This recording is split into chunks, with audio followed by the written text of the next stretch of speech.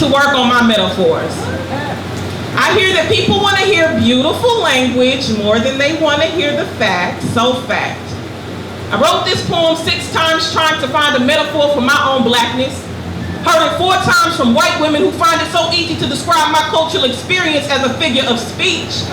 Like I'm a colloquialism, or like it's okay to be informal when you're trying to be something that you're not. The first time I wrote this poem, I watched 2 white girls laugh at a black woman because her cornrows weren't as laid as theirs.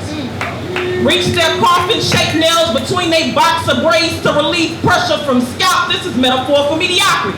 I explained how nothing about you will understand pressure, or how it feels to be pulled by the root, that the reason that girl here ain't all in formation is because every part of her has been coded to fight against what would rather hold her into submission. The second time I wrote this poem, a tenure professor told me that the civil rights movement couldn't be a part of our African American class syllabus. Said it was too much for non-black students to endure, so for a semester, I was forced to watch this man riddle down my history to fit the requirements of a department. I thought I was going to have to bleed this poem into existence when confronting an officer with the soliloquy of innocence that he combated with haiku saying educated niggas need to remember their place around these parts. I thought I could come back from that metaphor, find something beautiful behind those bars, but they became an ellipses that I could never return from then again when 2 white boys tossed around the word nigga like we grew up in the same hood. Like they really knew what it meant to be one. When confronted, they dropped it, ran away from the pro-black bitch. This is metaphor for how everyone wants to be black until it's time to be black. When I stand up, I'm speaking for my whole race while you just out here doing it for the fucking culture.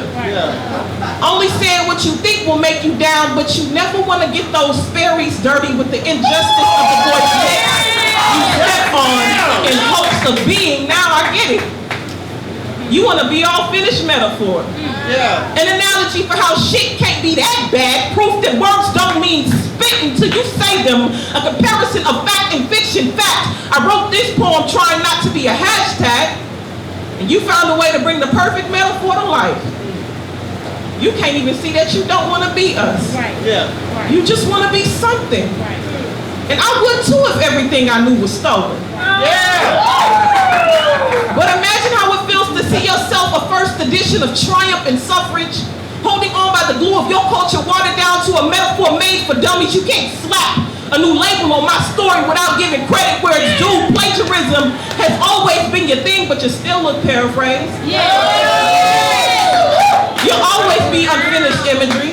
I ain't found the words because my culture can't be constricted to a stolen language. We ain't found it because it don't exist. We do.